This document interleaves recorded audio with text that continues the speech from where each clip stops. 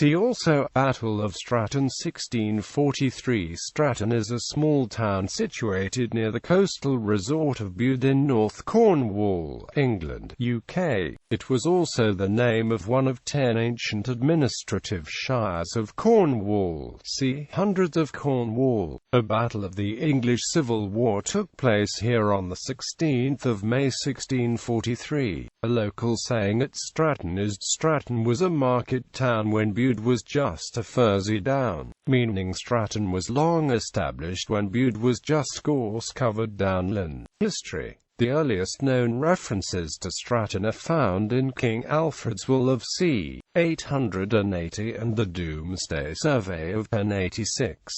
The earliest form of the name of Stratton is Street-knit, an Anglo-Saxon form derived from Old Cornish strad and neth, meaning the flat-bottomed valley of the River Neth. This river is now known as the River Strat.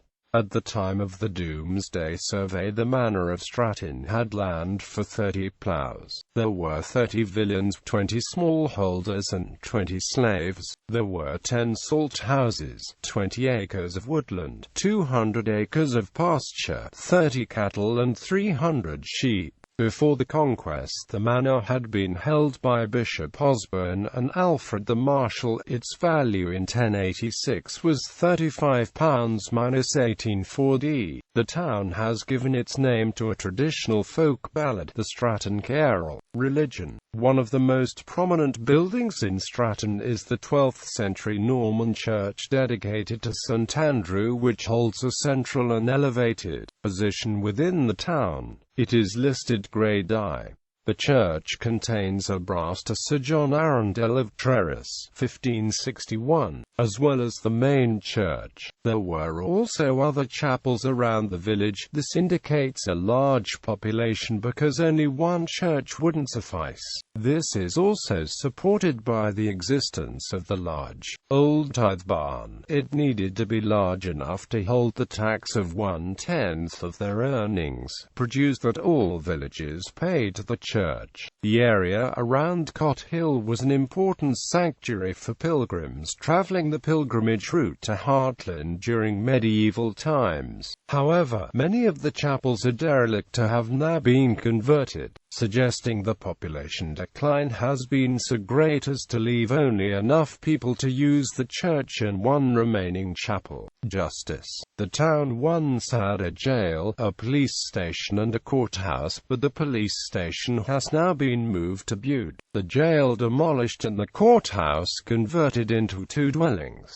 The door of the jail, marked Clink, is still visible in the church porch. The following quotation indicates Stratton's importance as a centre of justice. As Stratton town and the surrounding villages grew, the need to administer civil and criminal law from an appropriate location was necessary. Government. The name Stratton was given to the unit of government for taxation during Saxon times, known as a hundred. Stratton was the head of its hundred due to its importance in comparison to that of the local towns and villages, including Kilcampton, Marenchurch, Boyton, Jacobstow, Whetstone, Stratton itself, Poffel, Bridgepool, Week St Mary, Launsells, North Tamerton and Morwenstow. Other than the loss of Bridgepool, the Stratton hundred remained undisturbed until the demise of the Stratton Rural District in the 1970s. The hundred is an indicator of Stratton's importance not only for these reasons but also because in the whole of Cornwall, there were only 9 hundreds and all of them had their own courts. This suggests that not only did Stratton have a courthouse, it was probably the only one in the Stratton hundred.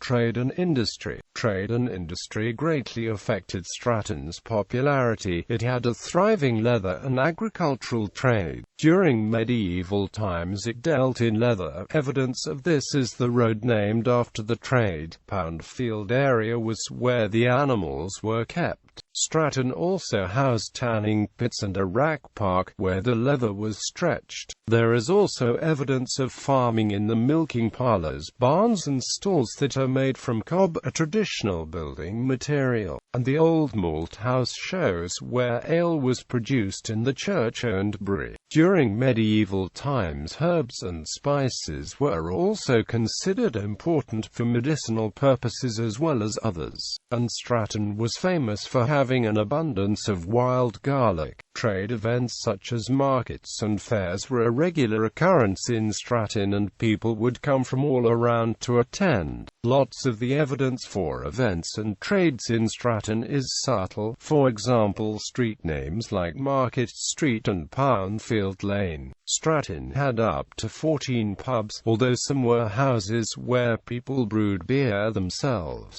Many have now been knocked down or converted, however some, for example the Tree Inn, are still running, despite perhaps fewer customers than they would have expected before Bude became the main town. Although many of the shops that once lined the streets have now been converted into homes, the large front windows still hint at the lives led by the inhabitants when Stratton was the most important town in the area. 19th and 20th centuries. Trade directories allow us to compare the two towns. For example, in 1844, when Stratton had 6 shoemakers, Bude had only 1. Although Slater's Trade Directory 1852 to 1853 shows the period in which Bude was beginning to catch up, although Stratton was still thriving. One of the main factors which led to the demise of Stratton's influence was New Road, which directed traffic away from the centre of Stratton in the early 20th century. The bypass was then built in 1950 when Stratton was well and truly defeated. Following the 1960s rail closures, Stratton and Bude became the two towns most remote from the rail network in England. Despite the downfall of Stratton, it still managed to keep the hospital and surgery running, although the union and workhouse from the 1830s was no longer operating.